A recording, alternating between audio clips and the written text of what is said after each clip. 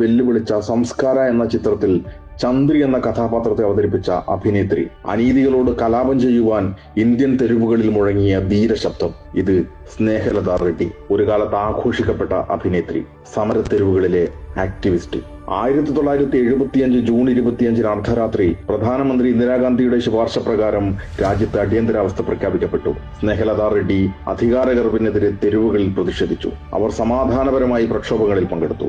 1976 May 2 Snehalatha Reddy MISA നിയമപ്രകാരം arrest ചെയ്യപ്പെട്ടു. Maintenance of internal security act അഥവാ മിസ നിയമം വിചാരണ കൂടാതെ വ്യക്തികളെ അനിശ്ചിതകാലത്തേക്ക് തടവിലിടാൻ സർക്കാരിന് അതിവിപുലമായ അധികാരം നൽകി. രാഷ്ട്രീയ എതിർപ്പുകളെ അടിച്ചമർത്താൻ അക്കാലത്ത് ഏറ്റവും കൂടുതൽ ഉപയോഗിക്കപ്പെട്ട നിയമം. ബംഗളൂരു ജയിലിലെ കുടുസുമുറിയിൽ സ്നേഹലത അടക്കപ്പെട്ടു. ഇതിനെക്കുറിച്ച് പ്രശസ്ത പത്രപ്രവർത്തകൻ കുൽദീപ് നയ്യാർ അദ്ദേഹത്തിന്റെ എമർജൻസി റീടോൾഡ് എന്ന പുസ്തകത്തിൽ ഇങ്ങനെ എഴുതുന്നു: സെല്ലിലെ ഒരു മൂലയിൽ ഒരു ചെറിയ ദ്വാരമുണ്ടായിരുന്നു. അതായിരുന്നു ടോയ്ലറ്റ്. മറ്റൊരു ഭാഗത്ത് അടഞ്ഞ ഇരുമ്പ് വാതിലും. തറയിൽ കിടന്നുറങ്ങിയിരുന്ന സ്നേഹലത റെഡ്ഡി എന്ന അതിപ്രശസ്തിയായ അഭിനേത്രി തുടർച്ചയായ പീഡനങ്ങൾ ഏറ്റുവാങ്ങി. സ്നേഹലത ജയിലിൽ ഒരു ഡയറി സൂക്ഷിച്ചിരുന്നു. 1977 Karnataka human rights committee prison diary എന്ന പേരിൽ അത് പ്രസിദ്ധീകരിച്ചു. അതിൽ സ്നേഹലത റെഡ്ഡി ഇങ്ങനെ എഴുതി: ഒരു സ്ത്രീ ജയിലിനകത്തേക്ക് കടന്നാലുടൻ അവർ എല്ലാവരുടെയും മുന്നിൽ നഗ്നയാക്കപ്പെടുന്നു. പീഡനങ്ങൾ തുടരുന്നു. ഒരു മനുഷ്യ ശരീരം ഇത്രമാത്രം ഹീനമായി അപമാനിക്കപ്പെടുന്നത് എങ്ങനെയാണ്? ഈ മനുഷ്യത്വരഹിതമായ രീതികൾക്ക്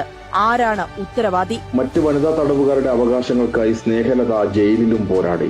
സഹതടവുകാർക്ക് നേരെ നടന്നിരുന്ന അതിക്രമങ്ങൾക്കെതിരെ നിരാഹാര സമരം നടത്തി. എന്നാൽ ഏകാന്ത തടവും ജയിലിലെ മോശം സാഹചര്യങ്ങളും സ്നേഹലതയുടെ ആരോഗ്യത്തെ ഗുരുതരമായി ബാധിച്ചു. അവർക്ക് ആസ്മ രോഗം പിടിപെട്ടു. ചികിത്സ നിഷേധിച്ചത് ആരോഗ്യസ്ഥിതി കൂടുതൽ മോശമാക്കി. 8 മാസം നീണ്ടുനിന്ന കൊടിയ പീഡനങ്ങൾക്ക് ശേഷം 1977 ജനുവരി 15 അവർക്ക് പരോൾ അനുവദിക്കപ്പെട്ടു. ഒടുവിൽ പരോളിൽ പുറത്തിറങ്ങിയ 5-ാം ദിവസം 1977 ജനുവരി 20 സ്നേഹലത ഈ ലോകത്തോട് വിട പറഞ്ഞു. അവർക്കുമേൽ ചുമത്തപ്പെട്ട കുറ്റങ്ങളൊന്നും തെളിയിക്കപ്പെട്ടില്ല. അടിയന്തരാവസ്ഥ കാലത്ത് നിശബ്ദമാക്കപ്പെട്ട എണ്ണമറ്റ പ്രതിരോധ ശബ്ദങ്ങളിൽ ഒന്നായി സ്നേഹലത റെഡ്ഡി മാറി. അടിയന്തരാവസ്ഥയുടെ ആദ്യകാല രക്തസാക്ഷികളിൽ ഒരാളായ സ്നേഹലത റെഡ്ഡിയുടെ ജീവിതമാണ് കോഴിക്കോട് ചിലങ്ക തിയേറ്റേഴ്സ് മിസ എന്ന നാടകത്തിലൂടെ പ്രേക്ഷകർക്ക് മുന്നിൽ അവതരിപ്പിക്കുന്നത്. മിസ നാടകത്തിന്റെ 9ാമത് വേദിയാണ് ഡിവൈഎഫ്ഐ സംസ്ഥാന സമ്മേളനം. ചോദ്യം ചോദിക്കുന്നവരെ നിശബ്ദരാക്കാനുള്ള അധികാരത്തിന്റെ രാഷ്ട്രീയം ഇന്നും അവസാനിക്കുന്നില്ല എന്ന സന്ദേശമാണ് സ്നേഹലതയുടെ ജീവിതം വരച്ചു കാട്ടുന്ന മിസ നാടകവും അതിനെ തുടർന്നുള്ള സൈബർ കടന്നാക്രമണങ്ങളും.